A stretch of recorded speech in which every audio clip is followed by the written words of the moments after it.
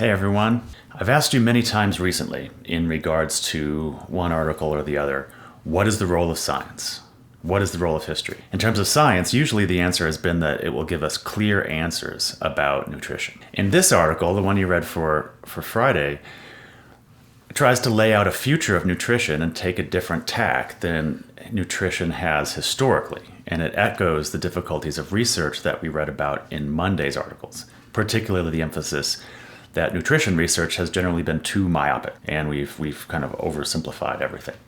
There's a lot more attention to quality of diet in this article that we read as opposed to the pros and cons of individual foods. We also get an important international perspective that we haven't really seen much in this class, but is still very important to keep in mind. So I would say on the whole, it makes fewer assumptions about science compared to what we've seen in most articles. However, there's always a however. What I want to really point out here is that despite it being one of the most honest assessments we've read, it fundamentally retains the optimism that science will give us the answer. And curiously, it doesn't get into the specific issues outlined in Monday's reading about how hard it is to do nutrition research, right? It's kind of odd to formulate a future of nutrition research, but not talk about the difficulty. It says we need to move away from the simplistic belief that reliable nutritional evidence can come from large-scale randomized trials.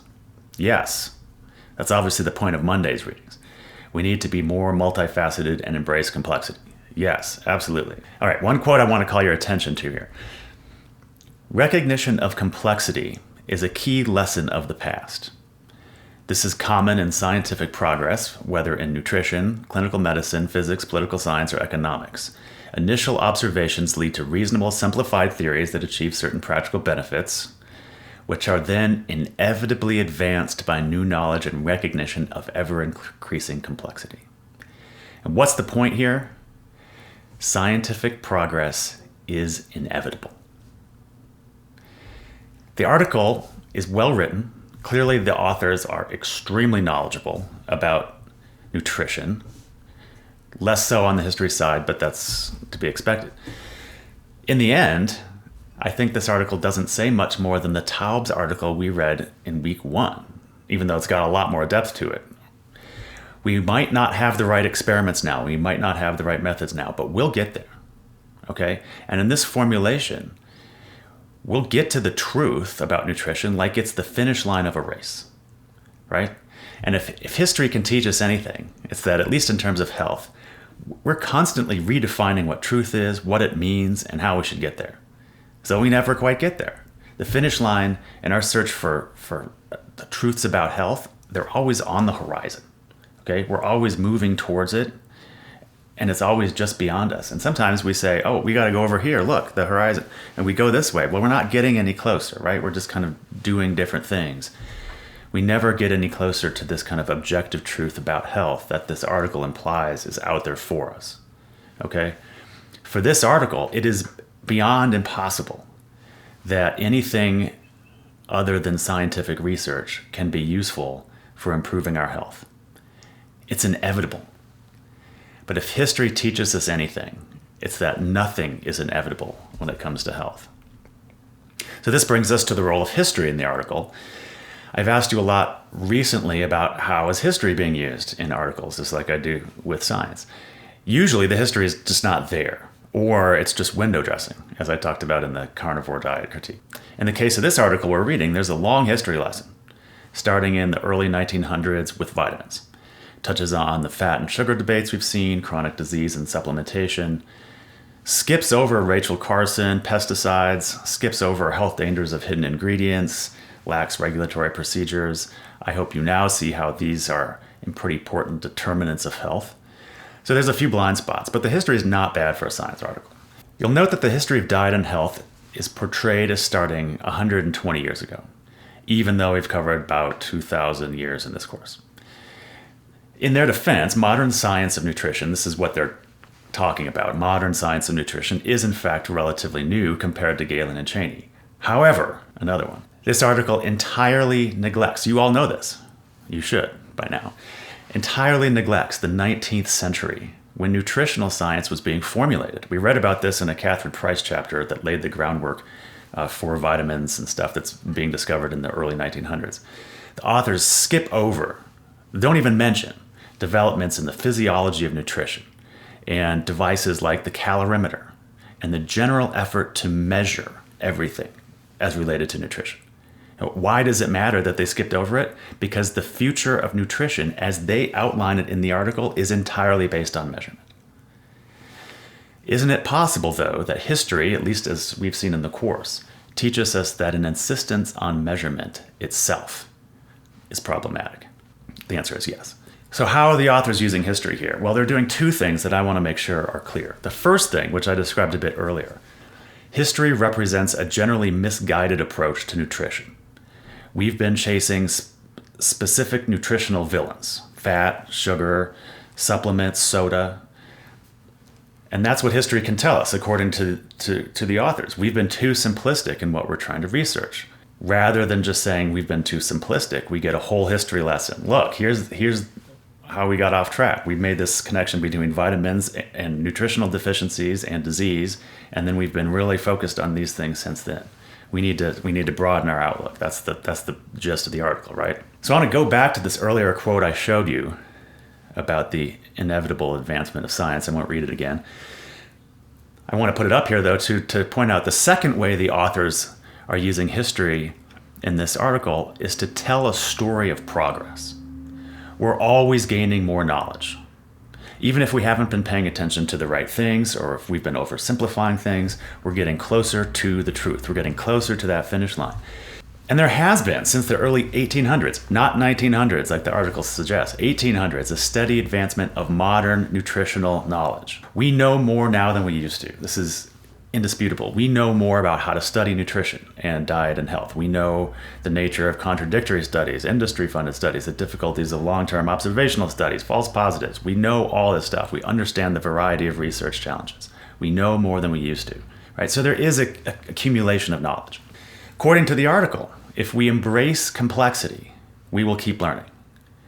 And we might learn how, to give just one example, over months to years, some foods may impair pathways of weight homeostasis. Others may have relatively neutral effects, and others may promote integrity of weight regulation. So the article on one hand says we should avoid simplistic conclusions about long-term nutritional research.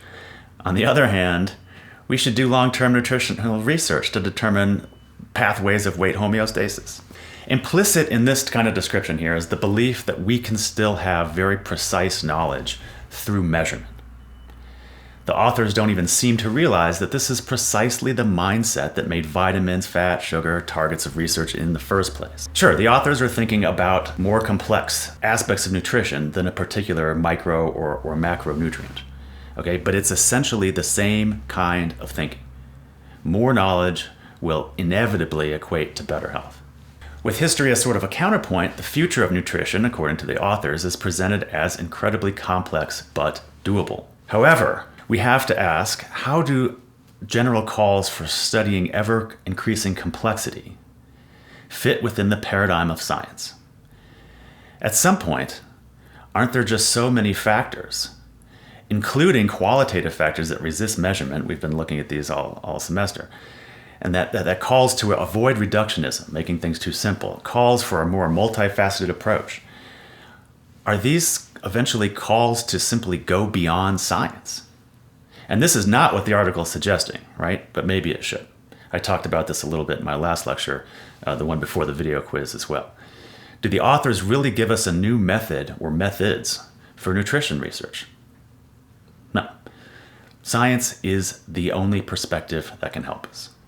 And that's a pretty limited view.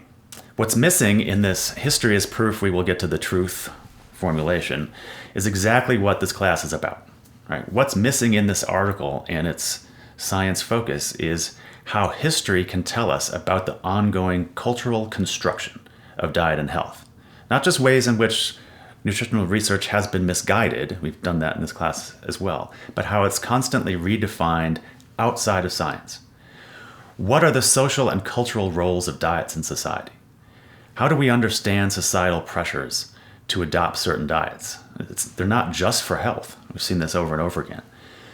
Regulation of hidden ingredients, biocides, rise of quantification, close ties between diet and morality, bodily aesthetics, These are all part of how we construct notions of health. Our perspectives of what healthy means also depends on how that knowledge gets communicated, the rhetoric of diet and health. What is the cultural role of diet experts? How do they translate small bits of research in a biochemical kind of way to broad health advice? What kind of evidence is used? How is evidence used? How does it fit with moral or political values?